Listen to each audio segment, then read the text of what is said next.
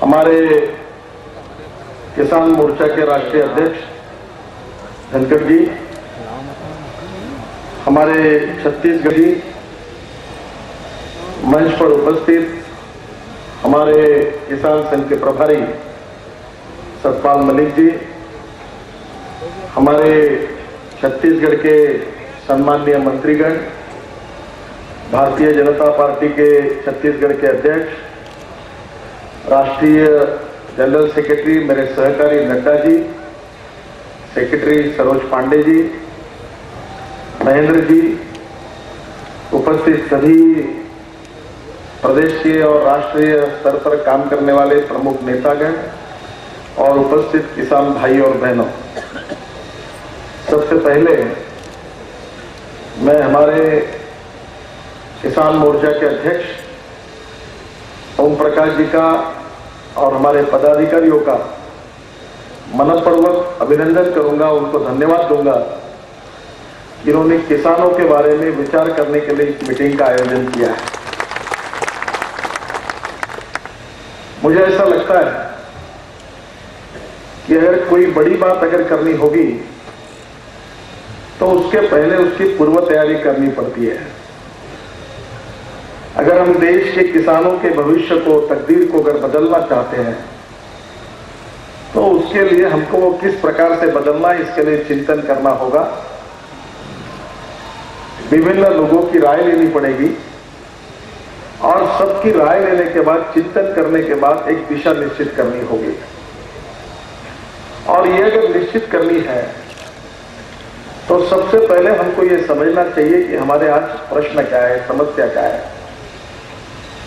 Management में एक सूत्र बताया जाता है कि किसी भी विषय का अगर अध्ययन करना हो तो पहले ये देखिए कि what is the strength of the subject and what is the weakness of the subject. Strength क्या है और वीकनेसेस क्या है, और फिर सिस्टम में इस प्रकार से सुधार करो कि हमारी स्ट्रेंथ किस प्रकार से बढ़े और वीकनेसेस किस प्रकार से कम हो। और मुझे लगता है कि हम लोग एक बहुत ने जिस विचारधारा को स्वीकार किया है उसके अनुरूप है। हम 3 बातों को लेकर चले हैं। डॉक्टर श्यामा प्रसाद मुखर्जी, पंडित दीनदयाल उपाध्याय, इनके जो विचार दर्शन पर हम चल रहे हैं उसमें से पहला राष्ट्रवाद का विचार हमारा आत्मा है। राष्ट्रवाद हमारी प्रेरणा है, नेशनलिज्म, और इसलिए हम देशभक्त है। और कोई भी देशभक्त के मन में अगर देश के बारे में सोचता है तो यही सोचता है कि ये देश सुखी, समृद्ध, संपन्न और सामर्थ्यशाली बने, शक्तिशाली बने। अध्ययन करना, चिंतन करना और उनको मदद करना यह कल्याणकारी राजा का कर्तव्य है। क्या गलत है इसमें? मैं कोई विवाद में नहीं गिरना चाहता। समाजवाद, साम्यवाद और पूंजीवाद के विवाद में गिरकर मैं नहीं चाहता कि कोई बहस बढ़े, पर हम चाहते हैं हम ऐसे आर्थिक विचारों के आधार पर चले कि जिसमें हमारे किसान आत्महत्या नहीं करेगा। हम ऐसे गांवों को निर्माण करें कि लोग शहर के घर को बेचकर गांव में रहने के लिए जाए, इस प्रकार का गांव तैयार हो, ये हमारा मिशन है। हम ऐसे गांव को तैयार करें कि वहां का गरीब के गरीब आदमी का स्वास्थ्य अगर खराब होता है तो उसको सबसे अच्छी ट्रीटमेंट उसके गांव के पास नजदीक में उसको मिले। हम ऐसा गांव तैयार करें कि जहां बढ़िया से बढ़िया स्कूल, उस गांव का किसान का लड़का उसको स्कूल मिले। क्यों नहीं गांव में मल्टीप्लेक्स हो सकता है। क्यों नहीं वहां के मकान एयर कंडीशन बन सकते हैं, बन सकते हैं, कोई कठिनाई है। और इसलिए मैं आपको बताना चाहता हूं यह कठिन नहीं है।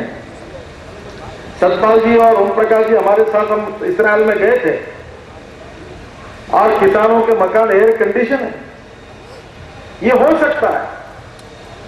पर आज जो नीतियां अपनानी चाहिए वो नहीं अपनाने के कारण किसान कंगाल बन रहा है। और इसलिए हमारा उद्देश्य जो है वो पहला यही है कि हम इरेडिकेशन ऑफ पॉवर्टी, हम गरीबी का निर्मूलन करें, ये हमारा विचार है। गरीबी का निर्मूलन कैसे होगा? जब तक एम्प्लॉयमेंट पोटेंशियल, रोजगार की क्षमता नहीं बढ़ती, तब तक गरीबी का निर्मूलन नहीं होगा। और रोजगार की क्षमता जब तक नहीं बढ़ती, तब तक पर कैपिटा इनकम और जीडीपी नहीं बढ़ता। और इसी के आधार पर गरीब का विचार करके हमारी आर्थिक नीतियों को हमने अपनाना चाहिए। उन्होंने फोन लगाया तो चीफ सेक्रेटरी ने बताया कि 1.8% ग्रोथ रेट है। अब मैं आपको यही बताया, मैंने उनको बोला आप ये क्यों, आप एक तरफ आप बेंगलोर में उस समय कॉन्फ्रेंस होने वाली थी जिसमें 4 लाख करोड़ की इन्वेस्टमेंट आई। कर्नाटक बहुत डेवलप हो रहा है। मैंने उनको कहा एग्रीकल्चर क्यों नहीं बढ़ रहा है? फिर मैंने इरिगेशन मिनिस्टर को पूछा आपका कितना है, इरिगेशन कितना परसेंट, ऐसा करके मैंने जानकारी निकाली और मैंने 3-4 बातें उनको सुझाई। उनको कहा कि उन्होंने 12 इरिगेशन प्रोजेक्ट अधूरे पड़े थे। उन्होंने कहा कि सर मैं गारंटी देता हूं ये थोड़ा थोड़ा काम रहा है, मैं 8 महीने के अंदर ये पूरे प्रोजेक्ट मैं पूरी करके इसको पानी लोगों को मिलेगा इसकी व्यवस्था करूंगा वॉर फुटिंग पर। मुख्यमंत्री ने कहा कि मैं ज्यादा पैसा देता हूं। दूसरा काम उन्होंने कहा कि मैंने बोला एग्रीकल्चर के अलग बजट रखिए। तीसरी बात उन्होंने कही कि 18 लाख किसान थे। मैंने कहा येदियुरप्पा जी किसान गरीब है, आज परमानेंट जरूरत नहीं है। अगर किसान की हालत सुधर जाएगी तो उसको विड्रॉ करिए, पर आपके पास अगर बिजली है तो किसान को मुफ्त में बिजली दीजिए। 18 लाख किसानों को पूरे मोटर पंप को मुफ्त में बिजली मिलती है। और एक बात मैंने कही कि उस समय हमारी सब सरकारें इसमें आगे हैं, मध्य प्रदेश की, छत्तीसगढ़ की सब सरकारें आगे। उन्होंने कहा कि 3% हम लोग ऋण पर क्रॉप लोन देंगे और 3% चालू था। अभी इस बार मैं गया तो 1% पे लाया, 1% पर। और एग्रीकल्चर बजट अलग रखा। क्या कठिन है एग्रीकल्चर बजट अलग रखने में? अभी ये कह रहे थे आप रेलवे का अलग बजट डालते हो, तो क्या इस देश के 80% आबादी जिस गांव में बसती है, क्या वो किसानों के लिए अलग बजट नहीं हो सकता? भारतीय जनता पार्टी ने इसमें मांग की कि किसानों के लिए आप अलग बजट रखिए। और कर्नाटक की सरकार ने इस बार तय किया कि हम किसानों के लिए अलग बजट रखेंगे। देखिए बाकी भी आज देश में स्थिति ऐसी है कि जितने एनडीए शासित राज्य है वहां के किसानों की हालत सबसे अच्छी है। हिंदुस्तान का एग्रीकल्चर ग्रोथ रेट 2.6% एवरेज है। आज एक समय मध्य प्रदेश जब था तब स्थिति खराब थी। जब छत्तीसगढ़ हुआ तो डॉक्टर रमन सिंह जी के नेतृत्व में यहां इतनी इंडस्ट्रियल डेवलपमेंट आई, सरकार का इनकम बढ़ा, जीडीपी बढ़ा और एग्रीकल्चर ग्रोथ रेट आज 4.9 5% तक पहुंचा हुआ है। ये जो दिख रही है प्रगति और विकास। आप बिहार में जाइए, बिहार जैसे पिछड़े हुए क्षेत्र में किसानों का ग्रोथ रेट बढ़ने लगा। जीडीपी -0.5% था, 11% जीडीपी हुआ। गुजरात में 14% एग्रीकल्चर ग्रोथ रेट है, 11% जीडीपी है। कर्नाटक का 6% तक पहुंच गया। आप मुझे बताइए हिमाचल प्रदेश का एग्रीकल्चर ग्रोथ रेट 5.5% पर पहुंच गया। और मैं जिस महाराष्ट्र से आता हूं, जो एक समय एग्रीकल्चर ग्रोथ रेट में देश में सबसे आगे था, वो महाराष्ट्र कांग्रेस के नेताओं ने इतना सत्यानाश कर दिया कि हम लोग 4.2 पर पीछे आते हुए देश आगे गया और महाराष्ट्र पीछे चलते गया। हालत खराब है। सबसे ज्यादा किसान आत्महत्या कर रहे हैं। जो विदर्भ से आता हूं वहां किसान आत्महत्या कर रहे हैं। हमारे यहां विदर्भ में कपास तैयार करने वाले किसान आत्महत्या कर रहे हैं। और गुजरात में काम किसान जो कपास तैयार करते हैं उनका कॉटन चाइना में निर्यात हो रहा है। गुजरात कॉटन के नाम से चाइना में खरीदी किया जाता है। हम जब चाइना थे तो चाइना के लोग कहते थे कि Gujarat cotton is very popular in China. और हमारे यहां हमने महाराष्ट्र स्टेट कॉटन फेडरेशन को एकाधिकार कपास खरीदी करके चालू की। एक सपना तैयार किया कि कपास से सूत होगा, सूत से कपड़ा होगा, कपड़े से रेडीमेड गारमेंट बनेंगे, पूरे एक्सपोर्ट होंगे और इसका सबका मुनाफा सरकार को मिलेगा। क्या हुआ? का नाश हुआ।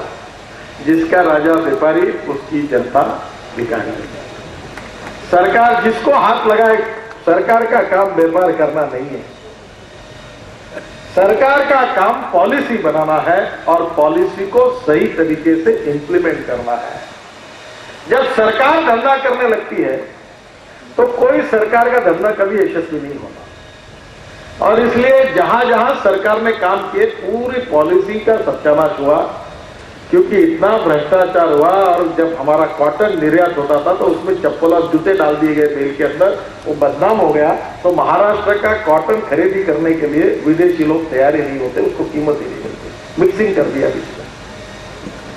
और इसलिए सबसे इंपॉर्टेंट चीज है कि आज हमारे देश में एनडीए शासित राज्यों में जितने अवार्ड मिल रहे हैं, डॉक्टर साहब रमन सिंह जी को अवार्ड मिले, निशंक को अवार्ड मिला, उधर हमारे धूमल जी को अवार्ड मिले, गुजरात सरकार को अवार्ड मिले। आप कभी लिस्ट देखिए, चाहे इंडिया टुडे का कंक्लेव हो, चाहे आईबीएम का हो, चाहे और किसी का हो, एनडीटीवी का हो,